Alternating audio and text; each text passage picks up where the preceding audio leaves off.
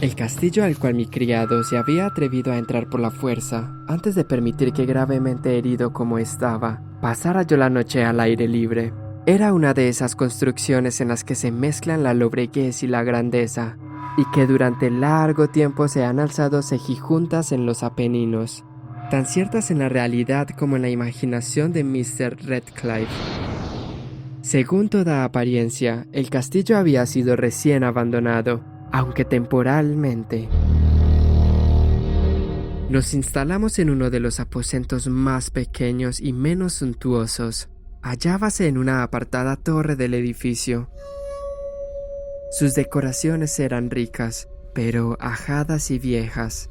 Colgaban tapices de las paredes que engalanaban cantidad y variedad de trofeos heráldicos, así como un número insólitamente grande de vivaces pinturas modernas en marcos con arabescos de oro. Aquellas pinturas, no solamente emplazadas a lo largo de las paredes, sino en diversos nichos que la extraña arquitectura del castillo exigía, despertaron profundamente mi interés, quizá a causa de mi incipiente delirio. Ordené, por tanto, a Pedro que cerrara las pesadas persianas del aposento, pues era ya de noche, que encendiera las bujías de un alto candelabro situado en la cabecera de mi lecho, y descorriera de par en par las orladas cortinas de terciopelo negro que envolvían la cama. Al hacerlo así deseaba entregarme, si no al sueño, por lo menos a la alternada contemplación de las pinturas y al examen de un pequeño volumen que habíamos encontrado sobre la almohada y que contenía la descripción y la crítica de aquellas. Mucho leí e intensamente miré. Rápidas y brillantes volaron las horas hasta llegar la profunda medianoche. La posición del candelabro me molestaba, pero para no incomodar a mi amodorrado sirviente, alargué con dificultad la mano y lo coloqué de manera que su luz cayera directamente sobre el libro. El cambio, empero, produjo un efecto por completo inesperado.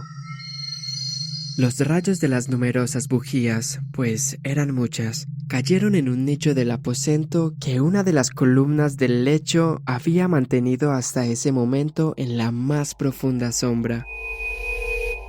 Pude ver así, vívidamente, una pintura que me había pasado inadvertida. Era el retrato de una joven que empezaba ya a ser mujer.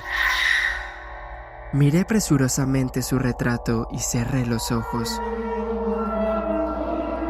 Al principio no alcancé a comprender por qué lo había hecho, pero mientras mis párpados continuaban cerrados, cruzó por mi mente la razón de mi conducta. Era un movimiento impulsivo a fin de ganar tiempo para pensar, para asegurarme de que mi visión no me había engañado, para calmar y someter mi fantasía antes de otra contemplación más serena y más segura. Instantes después volví a mirar fijamente la pintura. Ya no podía ni quería dudar de que estaba viendo bien, puesto que el primer destello de las bujías sobre aquella tela había disipado la soñolienta modorra que pesaba sobre mis sentidos, devolviéndome al punto a la vigilia. Como ya he dicho, el retrato representaba a una mujer joven, solo abarcaba la cabeza y los hombros, pintados de la manera que técnicamente se denomina vignette, y que se parece mucho al estilo de las cabezas favoritas de Sully. Los brazos, el seno y hasta los extremos del radiante cabello se mezclaban imperceptiblemente en la vaga pero profunda sombra que formaba el fondo del retrato. El marco era oval, ricamente dorado y afiligranado en estilo morisco. Como objeto de arte, nada podía ser más admirable que aquella pintura. Pero lo que me había emocionado de manera tan súbita y vehemente no era la ejecución de la obra, ni la inmortal belleza del retrato. Menos aún cabía pensar que mi fantasía, arrancada de un semisueño, hubiera confundido aquella cabeza con la de una persona viviente. Inmediatamente vi que las peculiaridades del diseño, de la vignette y del marco tenían que haber repelido semejante idea, impidiendo incluso que persistiera un solo instante. Pensando intensamente en todo eso, quédeme tal vez una hora, a medias sentado, a medias reclinado, con los ojos fijos en el retrato. Por fin satisfecho del verdadero secreto de su efecto, me dejé caer hacia atrás en el lecho. Había descubierto que el hechizo del cuadro residía en una absoluta posibilidad de vida en su expresión que, sobresaltándome al comienzo, terminó por confundirme, someterme y aterrarme. Con profundo y reverendo respeto, volví a colocar el candelabro en su posición anterior, alejada así de mi vista la causa de mi honda agitación.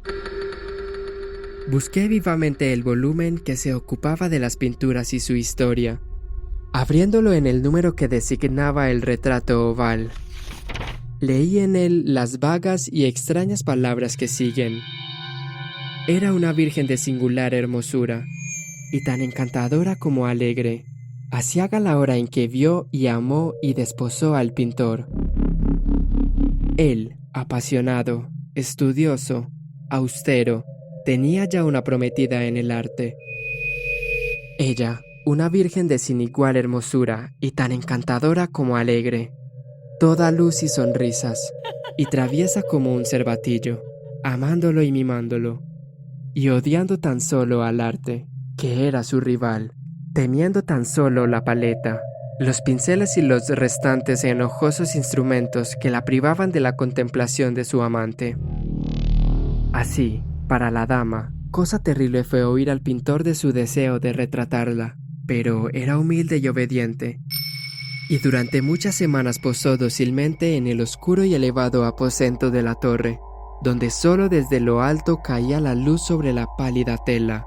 Mas él, el pintor, gloriábase de su trabajo, que avanzaba hora a hora y día a día, y era un hombre apasionado, violento y taciturno, que se perdía en sus sueños, tanto que no quería ver cómo esa luz que entraba, lívida, en la torre solitaria, marchitaba la salud y la vivacidad de su esposa, que se consumía a la vista de todos, salvo de la suya.